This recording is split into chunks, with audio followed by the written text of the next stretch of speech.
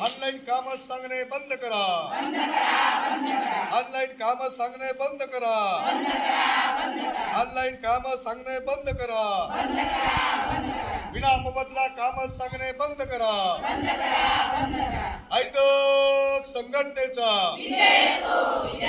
AITUC जिंदाबाद. आयटक जिंदाबाद. लढेंगे जीतेंगे.